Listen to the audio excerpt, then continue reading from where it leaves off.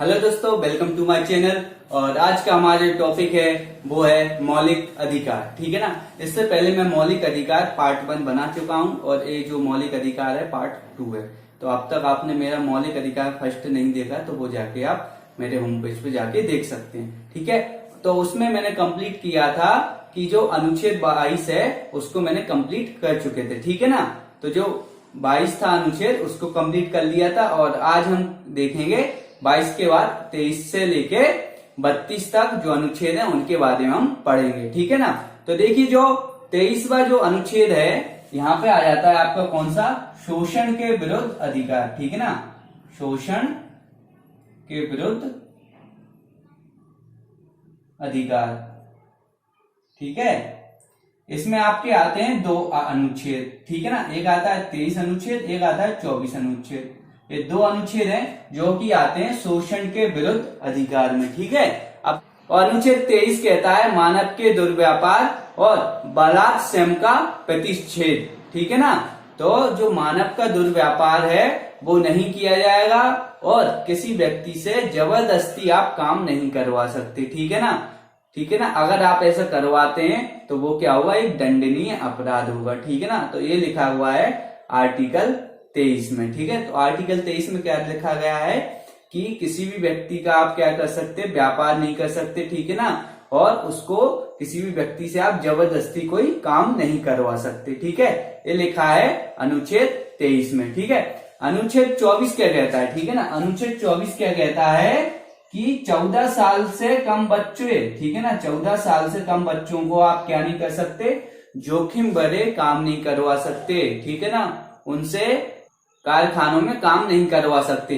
ऐसे कोई से भी उद्योग में आप उनको काम नहीं कर सकते जिनमें उनको जोखिम हो। ठीक है ना।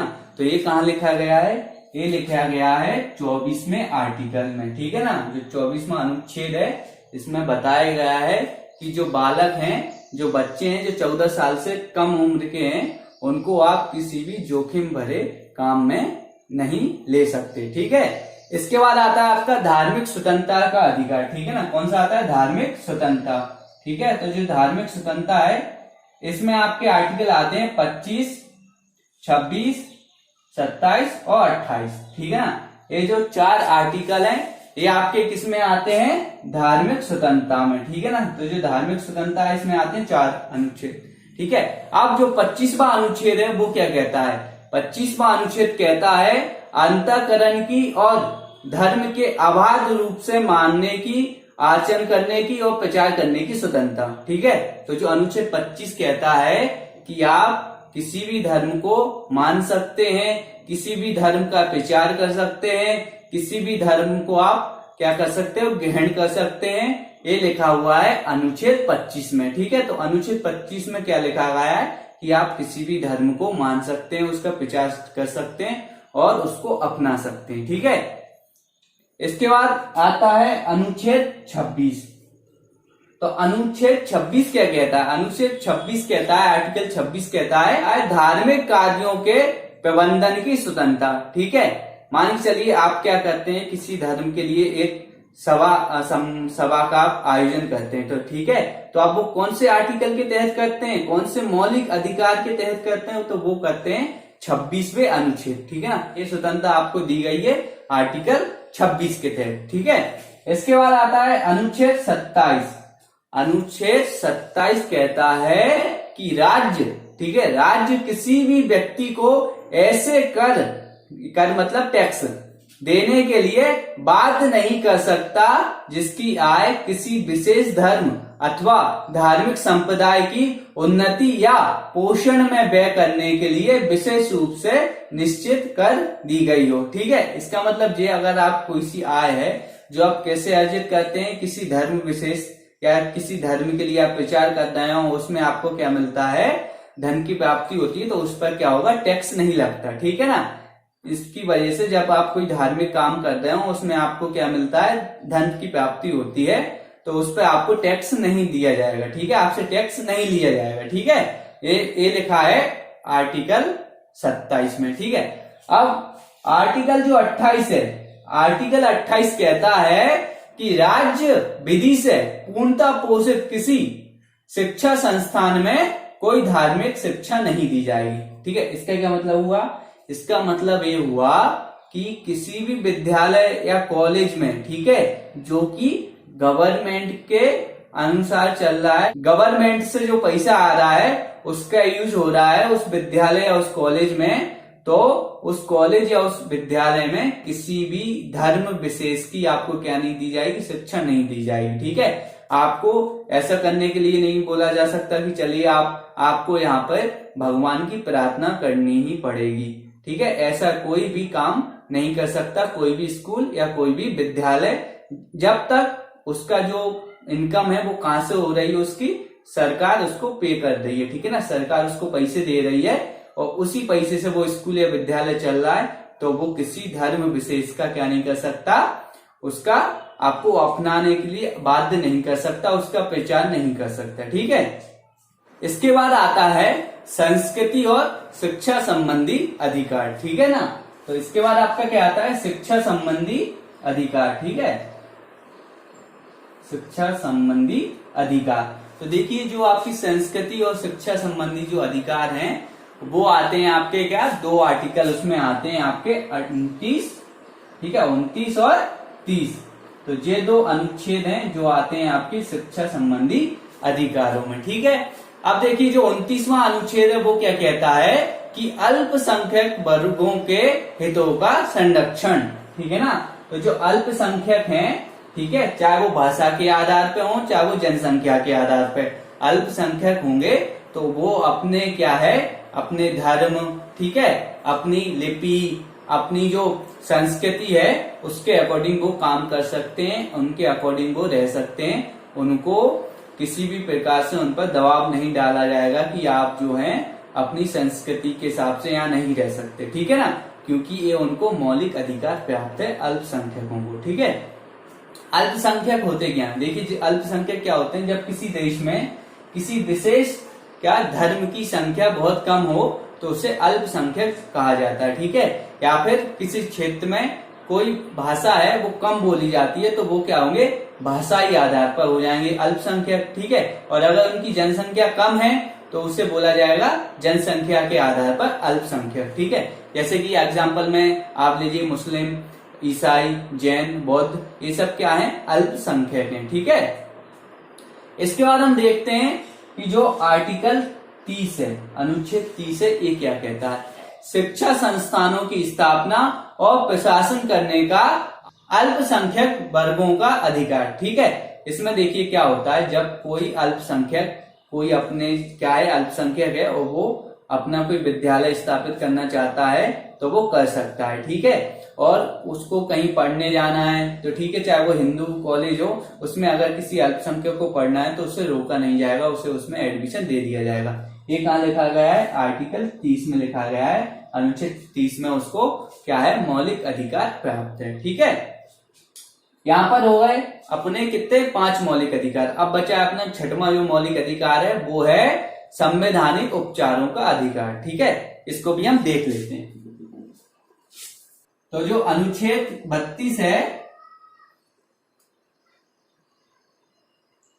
ठीक है, तो जो अनुच्छेद 32 है इसमें लिखा है संवैधानिक उपचारों का अधिकार। ठीक है, तो जो अनुच्छेद क्या है? 32 है। इस पर जो भीमराव अंबेडकर जी थे उन्होंने कहा था इसको संविधान की आत्मा। ठीक है ना, तो जो अनुच्छेद कितना है? 32 है ना अनुच्छेद, इसको क्या बोला गया था? संविधान की आत्मा। ठीक है, संविधान की आत्मा किसने कहा था? भीमराव अंबेडकर जी ने। ठीक है, इसके बाद इसमें क्या लिखा गया है? अनुच्छेद 32 में लिखा गया है कि अगर आपके मौलिक अधिकारों का हनन होता है, ठीक है, अगर आपके मौलिक अधिकार हैं उनका हनन होता है तो आप सीधे सुप्रीम कोर्ट जा सकते हैं। ठीक है, आप कहां जा सकते हैं? सीधे सुप्रीम कोर्ट, जब आपके मौलिक अधिकारों का हनन होता है। लेकिन आप वैसे अगर और कोई मुकदमा होगा तो वो सीधा नहीं जाएगा, पहले वो आएगा डिस्ट्रिक्ट पे, ठीक है ना, फिर वो जाएगा आपका हाई कोर्ट में, फिर जाएगा सुप्रीम कोर्ट में। लेकिन जब मौलिक अधिकारों का हनन होता है तो आप सीधे सुप्रीम कोर्ट जा सकते हैं। ठीक है, इसके बाद क्या होता है, जो उच्चतम न्यायालय होता है, जो सुप्रीम कोर्ट होता है, ये क्या करता है, 5 प्रकार के रिट जारी करता है। ठीक है, 5 प्रकार के क्या करता है, आदेश जारी करता है। ठीक है, तो वो कौन कौन से हैं वो भी हम देख लेते हैं, क्योंकि वो बहुत ही इंपॉर्टेंट है। सबसे पहला आता है बंदी प्रत्यक्षीकरण। ठीक है ना, पहला कौन सा आता है, बंदी प्रत्यक्षीकरण। इसमें क्या होता है, बंदी प्रत्यक्षीकरण में क्या होता है कि जो न्यायालय है वो बोलता है कि जिस अधिकारी ने किसी व्यक्ति को क्या किया है, गिरफ्तार कर लिया है, ठीक है, और 24 घंटे तक उसको क्या कोर्ट में पेश नहीं किया, ठीक है, तो उस व्यक्ति के परिजन हैं वो न्यायालय जाएंगे और उनसे बोलेंगे हमारा जो व्यक्ति है उसको पुलिस ने पकड़ लिया है, लेकिन 24 घंटे हो गए हैं, अभी तक उसको कोर्ट में पेश नहीं किया है। तो ठीक है, तब क्या होता है, जो न्यायालय होता है, ठीक है ना, तो जो न्यायालय होता है वो क्या करता है, उस व्यक्ति से, उस अधिकारी से कहता है कि जिस व्यक्ति को आपने गिरफ्तार किया है उसको सशरीर, ठीक है ना, मतलब उसको प्रत्यक्ष रूप से आप क्या लाइए, हमारे पास लाइए और हम उस पर मुकदमा चलाएंगे। ठीक है ना, हम देखेंगे उसने कैसा क्या केस है, उसकी सब जानकारी लेंगे। ठीक है, ये आ जाता है आपका आएगा बंदी प्रत्यक्षीकरण। ठीक है, इसके बाद आपका दूसरा जो रेट जारी करता है जो सुप्रीम कोर्ट, वो है परमादेश। ठीक है ना, दूसरा कौन सा है, परमादेश। देखिए जो परमादेश होता है, इसमें क्या होता है कि जो न्यायालय होता है वो किसी अधिकारी को क्या करता है, एक पत्र लिखता है जिसमें लिखा होता है कि वो व्यक्ति है अपने कर्तव्यों का सही पालन नहीं करता है। ठीक है ना, जैसे मान के चलिए कोई व्यक्ति है, कोई अधिकारी है, लेकिन उसका ऑफिस के जाने का टाइम क्या है, 10 बजे है, लेकिन वो जा रहा है कितने, 2 बजे जा रहा है, और आने का समय उसके 5 बजे, तो वो व्यक्ति 2 बजे जा रहा है और 3 बजे वापस घर पे आ जा रहा है, तो वो क्या करता है, अपने कर्तव्यों का पालन नहीं करता है। ठीक है, तो सुप्रीम कोर्ट क्या करती है, परमादेश रेट जारी करती है, जिसके अकॉर्डिंग वो उस अधिकारी से कहती है कि आप अपने कर्तव्यों का पालन सही ढंग से कीजिए। ठीक है, ये हो गया हमारा दूसरा रेट। इसके बाद आता है प्रतिषेध लेख। ठीक है ना, प्रतिषेध लेख, इसमें क्या होता है, जो सुप्रीम कोर्ट होता है वो हाई कोर्ट से कहता है कि आप जो मुकदमा कर चला रहे हैं वो आपके अधिकार क्षेत्र में नहीं आता, उसको रोक दीजिए। ठीक है ना, उसके बाद जो चौथा रिट जारी करता है वो है उत्प्रेक्षण। ठीक है ना, उत्प्रेक्षण, इसमें क्या होता है कि जो हाई कोर्ट है या जो सुप्रीम कोर्ट है, तो जो सुप्रीम कोर्ट है वो हाई कोर्ट से कहता है या जो जिला न्यायालय होता है उससे बोलता है कि आप जो केस चला रहे हैं वो आप उसको क्या कर दिए, रोक दीजिए और हमारे पास भेजिए, इसका जो मुकदमा है वो हम देखेंगे